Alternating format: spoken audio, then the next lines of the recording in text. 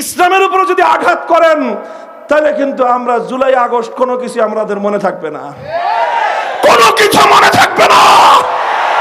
ইসলামের প্রশ্নে, আল্লাহর কোরআনের প্রশ্নে, ইসলাম রাষ্ট্র ধর্ম ছিল, সংবিধানে বিসমিল্লাহ সংযোজিত হবে, আল্লাহর উপর অবিচল আস্থা এবং বিশ্বাস সংযুক্ত হবে, ধর্মনিরপেক্ষ মতবাদ দিল্লিতে প্রচার হবে। এটাই বাংলার মুসলমানদের চূড়ান্ত কথা, এটাই আমাদের চূড়ান্ত কথা।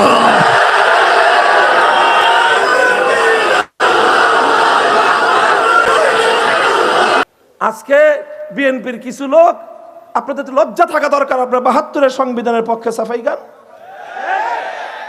বুঝা দরকার না। আপনারা ৭২-এর সংবিধানের পক্ষে বলতে পারেন না। ৭২-এর সংবিধান মুক্তিযুদ্ধের চেতনার সংবিধান না।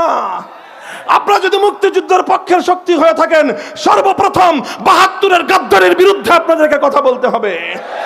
৭২-এর সংবিধান ছিল ৭১-এর মুক্তিযুদ্ধের সঙ্গে গাদ্দারি, ৭১-এর মুক্তিযুদ্ধের সঙ্গে বিশ্বাসঘাতকতা। সেকুলার একটা ধর্ম ইসলামের দৃষ্টিতে, এই ধর্ম অনেক দিক থেকে, অনেক বিবেচনায় হিন্দু বৌদ্ধ খ্রিস্টান ধর্মের চেয়েও সেকুলার ধর্মটা আরো ভয়ঙ্কর ধর্ম। মুসলমানের জন্য হিন্দু বৌদ্ধ খ্রিস্টান ধর্মের চেয়েও সেকুলার ধর্ম আরো মারাত্মক, আরো ক্ষতিকর এবং আরো ভয়ঙ্কর। কারণ কি? কারণ হলো ধর্মনিরপেক্ষ মতবাদের মাধ্যমে মুসলমানদেরকে যেভাবে ধোঁকা দেয়া যায়, হিন্দু বৌদ্ধ খ্রিস্টান অন্য কোনো ধর্মের মাধ্যমে মুসলমানদেরকে সেই রকম ধোঁকা দেওয়া যায় না। আপনি দেখেছেন কোথাও কোন মানুষ এই কথা দাবি করে যে আমি হিন্দু আবার মুসলমান? নাই। কোন মানুষ এই কথা দাবি করে যে আমি বৌদ্ধ এবং মুসলমান? কারণ প্রত্যেকটা মানুষ জানে হিন্দু হলে মুসলমান হওয়া যায় না, বৌদ্ধ হলে মুসলমান হওয়া যায় না, খ্রিস্টান হলে মুসলমান হওয়া যায় না। অথচ আপনি অসংখ্য মানুষ পাবেন যে সে বলবে যে আমি সেকুলার, আমি আবার মুসলিম। গোটা আওয়ামী লীগটাই তো এই অবস্থা। আওয়ামী লীগের টপ টু বটম, হাজি পাজি গাজি যা আছে, এই সব একদিকে সেকুলার আর একদিকে বলে মুসলিম। অথচ একজন হিন্দু যেরকম মুসলিম হতে পারে না, একজন বৌদ্ধ যেরকম মুসলিম হতে পারে না, একজন খ্রিস্টান যেরকম মুসলিম হতে পারে না। সেকুলারিজম যদি কেউ বুঝে থাকে, সেও একথা মানতে বাধ্য হবে সেকুলার কোনো ব্যক্তিও মুসলিম হতে পারে না। তাহলে বলবেন তাহলে আওয়ামী লীগের লোকজন যে সেকুলার আবার মুসলিম হয়েছে, আমি বলবো সেকুলার হয়ে যে তারা নিজেদেরকে মুসলিম বলে, এর দুইটার যে কোনো একটা কারণ হতে পারে।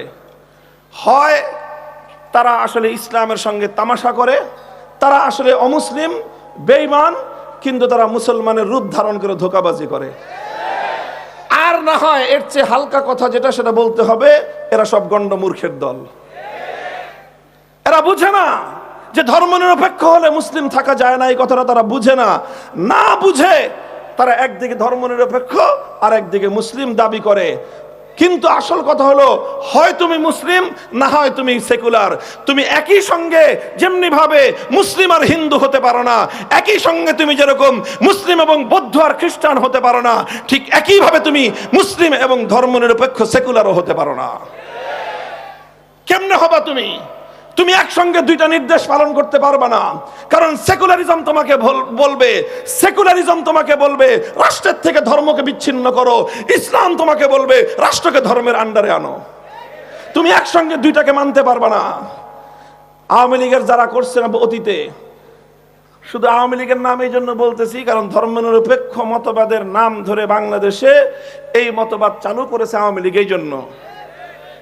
আর বিএনপির লোকেরা এই কথা বলে না, কিন্তু তারাও এখন এই কথাই বিশ্বাস করে তারাও। কাজেই আপনারা যদি আপনাদের এই ধর্ম বিশ্বাস, বিএনপির লোকজনদেরকে বলতেছি, যদি আপনারা আপনাদের ধর্ম বিশ্বাস আওয়ামী লীগের আলোকে সাজিয়ে থাকেন, আপনারাও যদি মনে করে থাকেন যে হ্যাঁ, যে ইসলাম রাজনীতির সঙ্গে ইসলামের সম্পর্ক থাকা ঠিক না, এই কথা যদি আপনারা মনে করে থাকেন, তাহলে আওয়ামী লীগ আর বিএনপির মধ্যে কোনো পার্থক্য নাই। আওয়ামী লীগ তাদের অবস্থান পরিবর্তন পরিষ্কার করে দিয়েছে যে তারা ধর্মনিরপেক্ষ। বিএনপি আলাদেরকে বলবো, যদি আপনারা আপনাদের অবস্থান পরিষ্কার করার মতো সাহস রাখেন তো বলেন যে না, রাজনীতির সঙ্গে ইসলামের কোনো সম্পর্ক নাই, রাষ্ট্রের সঙ্গে ইসলামের সম্পর্ক থাকতে পারবে না।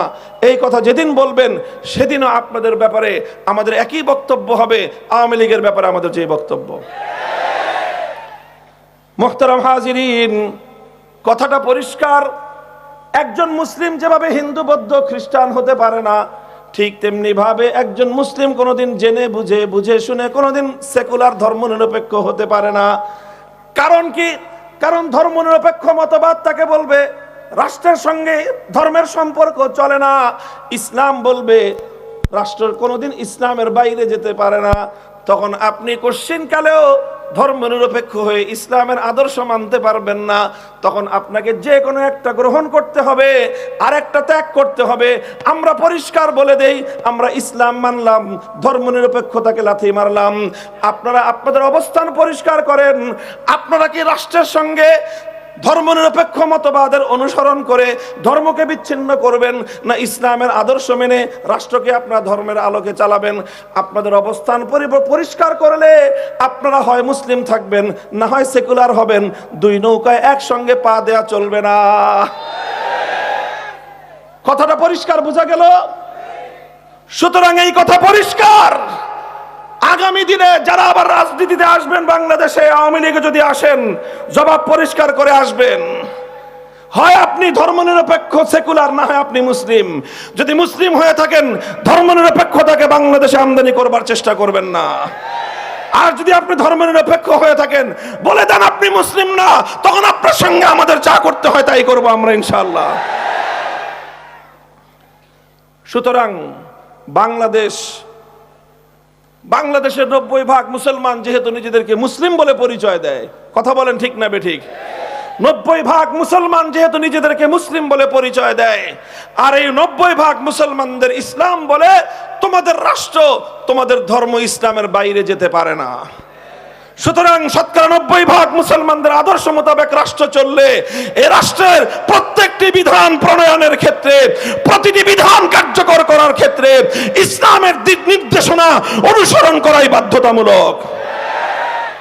আর একটা ঐতিহাসিক কথা বলবো, এরপরে আমি আমার সমাপনী মূল যেই মেসেজ জাতির উদ্দেশ্যে আমরা দিব সেটা হলো এই: ঐতিহাসিকভাবেও বাংলাদেশ ধর্মনিরপেক্ষ হতে পারে না। কেন ঐতিহাসিক কারণে? এটা তো আমি বললাম ধর্মীয় কারণে। এতক্ষণ যেটা বললাম সেটা বললাম ধর্মীয় কারণে, ইসলামের দৃষ্টিভঙ্গির কারণেই মুসলমান কোনোদিন ধর্মনিরপেক্ষ হতে পারে না। সেই সঙ্গে একই সঙ্গে স্পষ্টভাবে ঐতিহাসিক ভিত্তিকে থেকে, ঐতিহাসিক দৃষ্টিকোণ থেকেই স্পষ্ট বক্তব্য আমাদের, ঐতিহাসিক দৃষ্টিকোণ থেকেও বাংলাদেশ ইসলামের বাইরে যেতে পারে না। কেন যেতে পারে না? খুব বেশি দিনের ইতিহাস নয়, 1757 সাল থেকে 2024 সালের ইতিহাস পর্যালোচনা করেন। 1757 সাল থেকে 1947 সাল, 190 বছর ব্রিটিশরা রাজত্ব করেছে, ব্রিটিশরা শাসন করেছে, গোলামীর জিঞ্জিরে আমাদেরকে আবদ্ধ করে রেখেছে। 190 বছর আমরা লড়াই করেছি, আজাদির লড়াই, লড়াই করেছি স্বাধীনতার লড়াই, লড়াই করেছি মুক্তিযুদ্ধের লড়াই, জীবন দিয়েছি।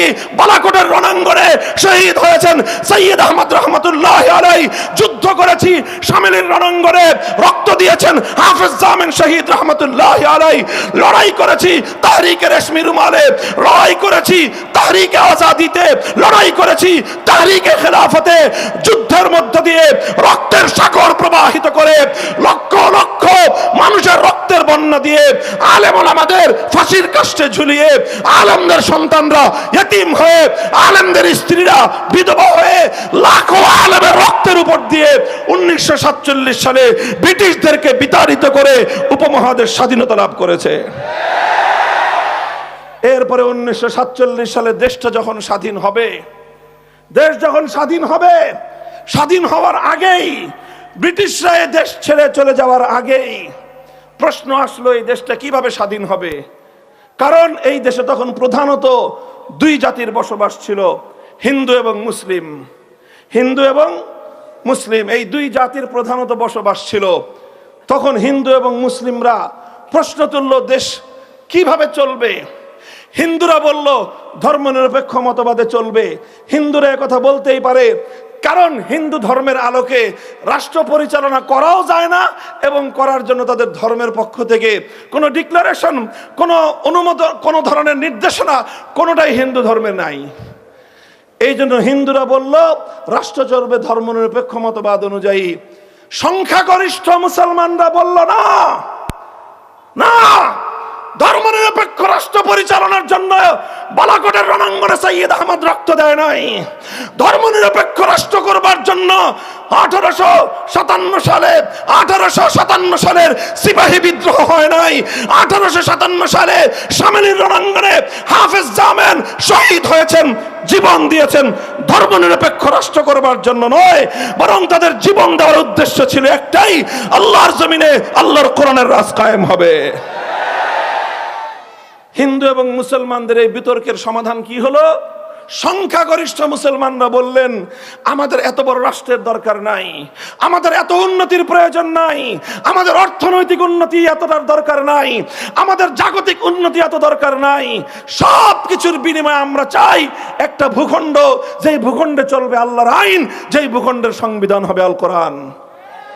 শেষ পর্যন্ত সংখ্যাগরিষ্ঠ মুসলমানদের সেই দাবি বিজয়ী হলো। বিজয়ী হয়ে মুসলমানদের জন্য সেপারেট ভাগ করা হলো জমিন, দেশ ভাগ হলো। এক ভাগ ধর্মনিরপেক্ষতাবাদীদের জন্য, আরেক ভাগ ইসলামপন্থী এবং ইসলাম ধর্মাবলম্বীদের জন্য। 1947 সালে জমিন ভাগাভাগি হলো। 1947 সালে দুই ভাইয়ের মধ্যে, হিন্দু মুসলিম দুই ভাই, জমিন ভাগাভাগি হয়েছে। হিন্দুরা সংখ্যায় কিছু বেশি, জমিন বেশি পেয়েছে। মুসলমানরা সংখ্যায় কিছু কম, এজন্য জমিন কম পেয়েছে, ভূখণ্ড কম পেয়েছে।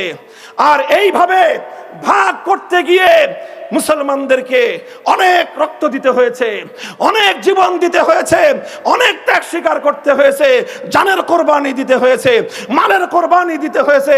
1947 সালের দেশ বিভক্তির নির্মম ইতিহাস পড়ুন, সেখানে পড়বেন হাজার হাজার নয়, লক্ষ লক্ষ পরিবার এমন যারা কোটিপতি ছিলেন, শুধুমাত্র ইসলামের রাষ্ট্র প্রতিষ্ঠার জন্য একদিনের ব্যবধানে বাপদাদার 14 পুরুষের বাস্তু ভিটা ছেড়ে দিয়ে, কোটি কোটি টাকার সম্পত্তি ছেড়ে দিয়ে, পথের ভিখারি হয়ে নিজের বাপদাদার এলাকা ছেড়ে ইসলামী রাষ্ট্রের সন্ধানে হাজার হাজার মাইল হিজরত করে মুসলমানদের ভূখণ্ডে তারা চলে এসেছিল। অসংখ্য অগণিত দৃষ্টান্ত। সেই চলতে গিয়ে শুধু সম্পদের কোরবানি দিয়েছে তা নয়, অনেক মা পথিমধ্যে তার কলিজার টুকরা, বুকের ছেঁড়া ধন, নারীর ছেঁড়া ধন সন্তানকে হারিয়েছে। অনেক স্ত্রী তার স্বামীকে হারিয়েছে, অনেক স্বামী স্ত্রীকে হারিয়েছে, অনেক সন্তান বাবা মা থেকে বিচ্ছিন্ন হয়ে গিয়েছে। এই সব ত্যাগ আর কোরবানির বিনিময়ে 1947 সালে মুসলমানদের জন্য আলাদা ভূখণ্ড তৈরি হয়েছিল। সেই ভূখণ্ডের জন্য গোটা এই ভারত উপমহাদেশের সব মুসলমানরাই সাফার করেছে, কোরবানি করেছে। পাঞ্জাবের মুসলমানরা কোরবানি স্বীকার করেছে, বেলুচিস্তানের মুসলমানরা কোরবানি স্বীকার করেছে, সীমান্ত প্রদেশের মুসলমানরা কোরবানি স্বীকার করেছে, খাইবার থেকে করাচি পর্যন্ত মুসলমানরা অনেক ত্যাগের কোরবানি স্বীকার করেছে।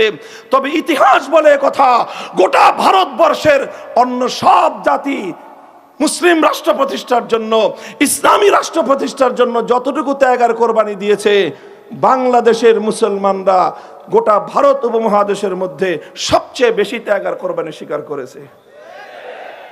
এটা ইতিহাস, এটা আমার বানানো কথা নয়, আমার দাবি, এটা ঐতিহাসিক সত্য দাবি। এটা বাংলাদেশের মুসলমানরা এই কোরবানিটা স্বীকার করেছে। সেই মুসলমানরা কারা ছিল? হয় আমার বাবা আমার দাদা, না হয় তোমার বাবা তোমার দাদা।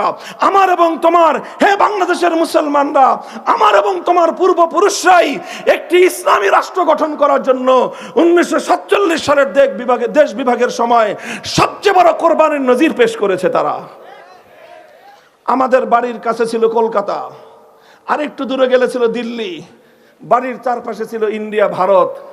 আমরা ভারতের সাথে থাকলে অনেক বড় রাষ্ট্রের নাগরিক হতে পারতাম।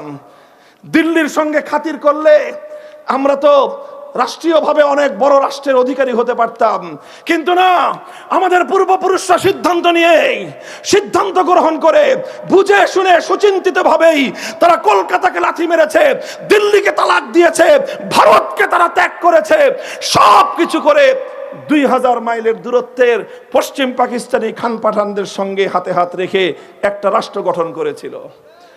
কি উদ্দেশ্য ছিল? খান পাঠানদের সঙ্গে আলাদা আলগা কোনো প্রীতি বাংলাদেশের মানুষের ছিল না। কোনো আলাদা তাদের প্রতি আমাদের কোনো দুর্বলতা ছিল না, শুধু একটাই সম্পর্ক ছিল, একটাই দাবি ছিল, তোমরা সে প্রান্তে থাকতে পারো, আমরা এ প্রান্তে থাকতে পারি। প্রশ্ন একটাই, তুমিও মুসলিম আমিও মুসলিম, তুমিও একটা রাষ্ট্র চাও আমিও একটা রাষ্ট্র চাই, এমন একটা রাষ্ট্র চাই যে রাষ্ট্রে আইন চলবে কার? যে রাষ্ট্রের সংবিধান হবে আল কোরআন। শুধু এই দাবি মিলে গিয়েছিল, এজন্যই আমরা মুসলমানদের জন্য আলাদা ভূখণ্ড হিন্দুদের কাছ থেকে নিয়েছি। আলাদা করে ভূখণ্ড নেওয়ার জন্য আমাদেরকে অনেক ছাড় দিতে হয়েছে, অনেক খনিজ সম্পদ ছেড়ে দিতে হয়েছে, অনেক পাহাড়ি অঞ্চল ছেড়ে দিতে হয়েছে, অনেক নদী ছেড়ে দিতে হয়েছে, সব ছেড়ে দিয়েছি। বিনিময়ে শুধু একটা জিনিস চেয়েছিলাম, একটা স্বাধীন মানচিত্র, একটা স্বাধীন ভূখণ্ড, যেই ভূখণ্ডে পতাকা উড়বে কালিমার, যেই মানচিত্রে কায়েম হবে আল্লাহর কোরআনের বিধান। এই তো ছিল 47 সাল থেকে 71 সাল পর্যন্ত 24টা বছর পশ্চিম পাকিস্তানি খান পাঠানরা বিশ্বাসঘাতকতার গাদ্দারি করেছে মুসলমানদের সঙ্গে। ওয়াদা ছিল, কথা ছিল। 47-এর আগে মুসলিম লীগের কথা বলতেন, মুসলিম লীগের লিডার সোহরাওয়ার্দী এই ওয়াদা করেছিলেন। সোহরাওয়ার্দীর কর্মী শেখ মুজিবুর রহমান সাহেব এই ওয়াদা করেই 1947 সালে মুসলিম লীগের জন্য এই দেশকে আলাদা করেছিলেন। আপনারা তো খালি করে বলেন আপনাদের নেতার কথা। আপনার নেতা রাজনীতি শুরু করেছিল এই কথা দিয়ে যে মুসলমানদের জন্য আলাদা ভূখণ্ড হতে হবে, আর সেই ভূখণ্ড চলবে আল্লাহর কোরআনের আইন অনুযায়ী। এরপরে আপনার নেতা, এরপরে আপনাদের নেতারা কিছুদিন পরে মুসলিম লীগ থেকে হলো আওয়ামী মুসলিম লীগ, এরপরে ইসলামকে পরিপূর্ণ ত্যাগ করে আওয়ামী মুসলিম লীগ থেকে আপনারা হয়ে গেলেন আওয়ামী লীগ। আপনারা যাই হলেন, এটা নিয়ে আমার আপত্তি নাই। আপনারা যেটা হন আপনাদের ইয়োর চয়েস, আপনাদের সিদ্ধান্তের বিষয়। কিন্তু প্রশ্ন হলো, হিন্দুদের সঙ্গে ভাগাভাগি করে মুসলমানরা যে ভূখণ্ড পেল, সেই ভূখণ্ডে ইসলামকে মাইনাস করবার অধিকার আপনাকে কে দিল? 1971-এর মুক্তিযুদ্ধের আগ পর্যন্ত আওয়ামী লীগের প্রধান নেতা, সেকেন্ড নেতা, তৃতীয় নেতা, উপনেতা, পাতি নেতা, সাথী নেতা, কোন নেতা 24 বছরের মধ্যে কোনদিন মুক্তিযুদ্ধ চলাকালীন সময়ের 9 মাসে কোনদিন জাতির কাছে কথা বলে নাই যে এই দেশটা স্বাধীন হলে ধর্মনিরপেক্ষ মতবাদ আসবে। কোনদিন এই কথা বলেন নাই। বরং কি বলেছিলেন? 70-এর জাতীয় নির্বাচনের সময় আপনাদের নেতা শেখ মুজিবুর রহমান সাহেব জাতির সঙ্গে ওয়াদা করেছিলেন, জিততে পারলে কোরআন সুন্নাহ বিরোধী কোনো আইন করবেন না। এগুলো ইতিহাস ভুলে যায় না, ইতিহাসে লেখা আছে। আপনারা ভুলে যেতে পারেন, আপনাদের অফিস আগুন দিয়ে পুড়ে যেতে পারে, ইতিহাস মুছে যায় নাই। মনে রাখবেন এরপরে কি করলেন আপনার নেতা? 70 সালে এই ঘোষণা দিয়েছিলেন কোরআন সুন্নাহ বিরোধী কোনো আইন তৈরি করা হবে না। এরপরে মুক্তিযুদ্ধের পরে 16ই ডিসেম্বর বিজয় অর্জন হওয়ার পর পশ্চিম পাকিস্তান থেকে ছাড়া পেয়ে সোজা তিনি চলে গেলেন লন্ডন।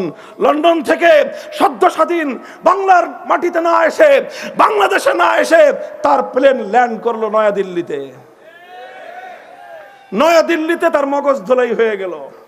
সেই মগজ ধোলাই হয়ে নয়াদিল্লি তৎকালীন প্রধানমন্ত্রী শ্রীমতী ইন্দিরা গান্ধী প্রেসক্রিপশন ধরা দিলেন, খবরদার বাংলাদেশ এভাবে চালাবি। এমন একটা প্রেসক্রিপশন দিলেন যেই প্রেসক্রিপশন অনুযায়ী 72-এর সংবিধান তৈরি হলো, আর সেই সংবিধানের মাধ্যমে বাংলাদেশের স্বাধীনতাকে ভারত মাতার চরণতলে বলি দেওয়া হয়েছে।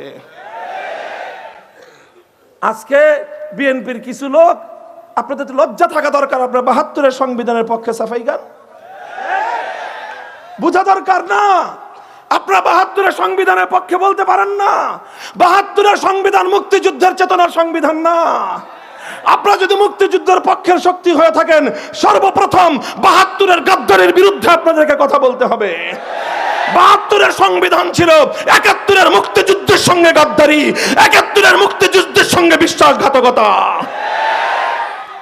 এইভাবে 72 সালে যেই সংবিধান হলো, সেই সংবিধানের মৌলচার নীতি, জাতীয়তাবাদ, ধর্মনিরপেক্ষতাবাদ, গণতন্ত্র, সমাজতন্ত্র হুবহু ভারতের সংবিধানের মূলনীতিগুলো দিয়ে বাংলাদেশে ভারতের একটি অঙ্গরাজ্য, বাংলাদেশের সংবিধানকে ভারতের সংবিধানের পরিশিষ্ট বানায় দেওয়া দিয়ে বাংলাদেশকে ভারতের কররাজ্যে পরিণত করা হয়েছিল। মুহতারাম হাজিরিন, বলতেছিলাম ঐতিহাসিকভাবেও বাংলাদেশ ধর্মনিরপেক্ষ রাষ্ট্র হতে পারে না। কারণ 47-এ যে ভাগ হয়েছে, যারা ধর্মনিরপেক্ষ তাদের ভাগে ভারত পড়েছে। গোটা ভারত উপমহাদেশের 4 ভাগের 3 ভাগ তো বেটা তোরা পাইলি, 4 ভাগের 1 ভাগ পেয়েছিলাম আমরা মুসলিমরা। এখন সেই মুসলিমদের জন্য যে ভূখণ্ড দেওয়া হলো, ভাগে আমরা অর্ধেক পাই, সেখানে আমরা পেলাম 4 ভাগের 1 ভাগ। সেই 4 ভাগের 1 ভাগে আমরা স্বাধীনভাবে আল্লাহর দ্বীন কায়েম করব, আমরা স্বাধীনভাবে আল্লাহর দ্বীন নিয়ে বেঁচে থাকব। তোমাদের যদি আল্লাহর দ্বীন নিয়ে আল্লাহর কোরআনী শাসনে থাকতে মনে না চায়, তোমাদের জন্য সীমান্ত খোলা আছে, নেত্রীর মতো ধর্মনিরপেক্ষ ভারতে চলে যাও।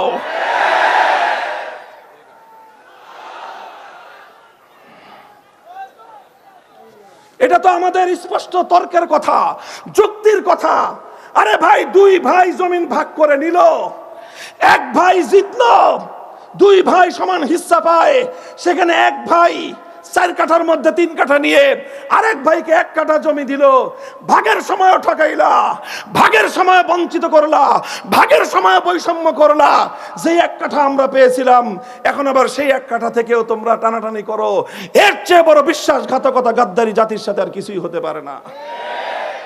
বলবেন যে হুজুর 47 সালে স্বাধীন হয়েছে, 71 তো পরিবর্তন হয়ে গেছে। বলবো যে না, 47-এর স্বাধীনতা 71-এর মুক্তিযুদ্ধের চেতনার দ্বারা মেলান হয় নাই, বরং শক্তিশালী হয়েছে।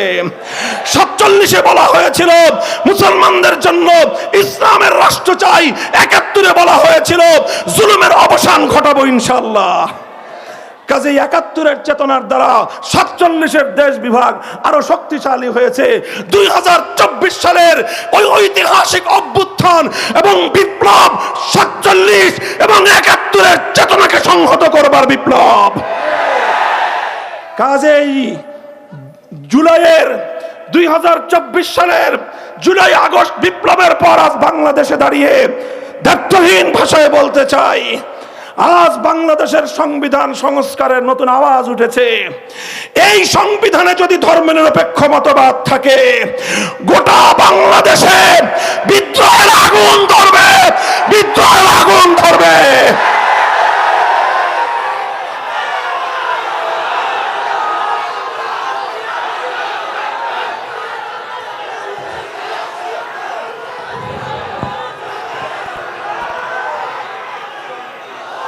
ধর্মনিরপেক্ষ মতবাদ ভারত থেকে পাচারকৃত মতবাদ।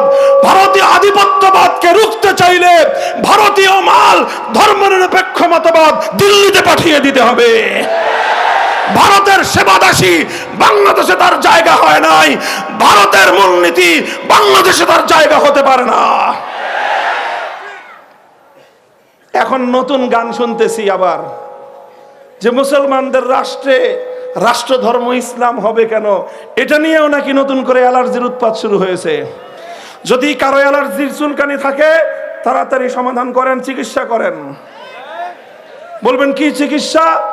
যাদের রাষ্ট্র ধর্ম ইসলাম শুনলে অ্যালার্জির চুলকানি হয়, এই রোগের সিমটম যারা পাবেন, আগামী 1 সপ্তাহ শুধু আমার ওয়াজ শুনবেন ইনশাআল্লাহ।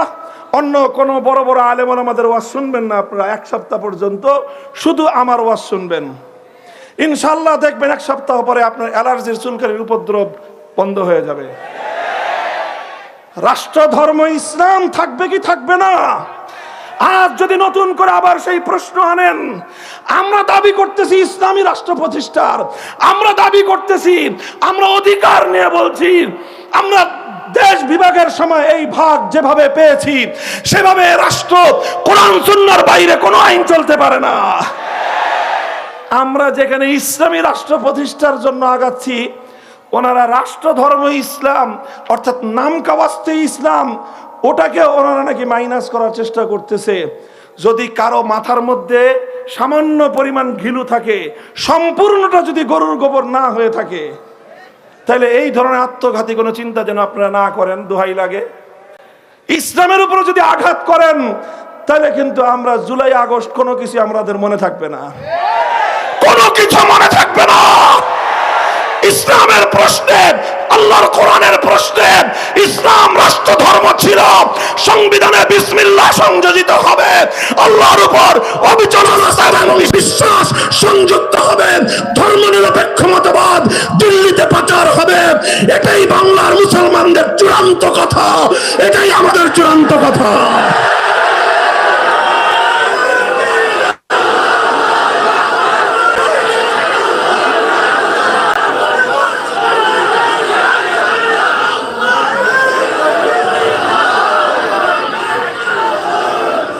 কিছু কিছু মানুষ বলতে চায় রাষ্ট্রের আবার ধর্ম থাকে নাকি।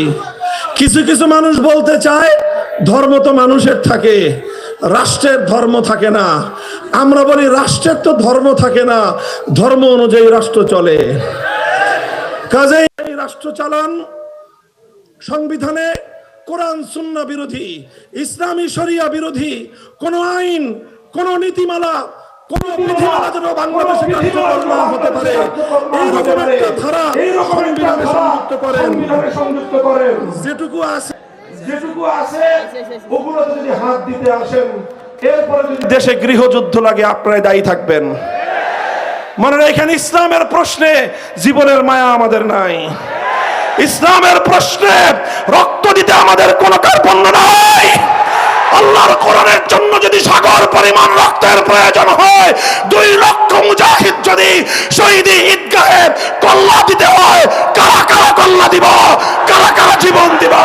নারায়ে তাকবীর, আল্লাহু আকবার, নারায়ে তাকবীর, আল্লাহু আকবার। বিপ্লব বিপ্লব ইসলাম, বিপ্লব বিপ্লব ইসলামী বিপ্লব। 72 সংবিধান মানি না, মানবো না। 72 সংবিধান মানি না, মানবো না। তন্ত্রমন্ত্রের দিন শেষ।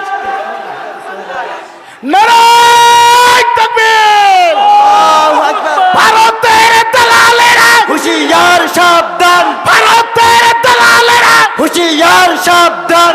ইসলামের শত্রুরা হুঁশিয়ার সাবধান, নাস্তিকের বাচ্চারা হুঁশিয়ার সাবধান, নাস্তিকের বাচ্চারা হুঁশিয়ার সাবধান। নারায়ে তাকবীর, আল্লাহু আকবার। এই দেশে আসি তো ইনশাল্লাহ, ইসলাম নিয়ে আসি। যতদিন ইসলাম নিয়ে থাকতে পারবো ততদিনই জীবনকে গনিমত মনে করি। আর ইসলামের জন্য যদি কোনো সময় প্রয়োজন হয় জীবনটা দিয়ে দেওয়ার, তখন সেই মৃত্যুকেই জীবনের চেয়ে শ্রেষ্ঠ মনে করবো ইনশাআল্লাহ। রাজি আছেন তো? প্রস্তুত থাকবেন তো? দাওয়াত দাওয়াত ছড়ায় দেন, পাড়ায় পাড়ায়, মহল্লায় মহল্লায়, গ্রামে গ্রামে, গঞ্জে গঞ্জে ইসলাম অনুযায়ী রাষ্ট্র চাই, এই দাবি প্রত্যেকটা মুসলমানের কণ্ঠে তুলে দেন। কথা বলেন ঠিক না বেঠিক? ইসলামী রাষ্ট্র হলে, কোরআনী সংবিধান হলে শুধু মুসলমান নয়, হিন্দু, বৌদ্ধ, খ্রিস্টান প্রত্যেকটা ধর্মাবলম্বী নিজ নিজ ধর্মীয় স্বাধীনতা ভোগ করতে পারবে। জান, মাল, ইজ্জত, আবরু সব কিছুর পূর্ণাঙ্গ নিরাপত্তা তারা পাবে। আল্লাহ পাক রব্বুল আলামিন বুঝবার তৌফিক দান করেন। আমার দেশ হাজী শরীয়তুল্লাহর দেশ হোক। আমাদের দেশ সত্যিকার অর্থে 1000 বছরের আমাদের দিলের তামান্না পূরণ করে একটি সোনার বাংলাদেশ হোক। সেদিন আল্লাহ আমাদের সকলকে দেখার তৌফিক দান করেন। সুবহানাল্লাহি ওয়া বিহামদিহি, সুবহানাকাল্লাহুম্মা বিহামদিক, আশহাদু আল্লা ইলাহা ইল্লা আনতা, আস্তাগফিরুকা ওয়া আতুবু ইলাইক। আল্লাহুম্মা সাল্লি আলা মুহাম্মদ।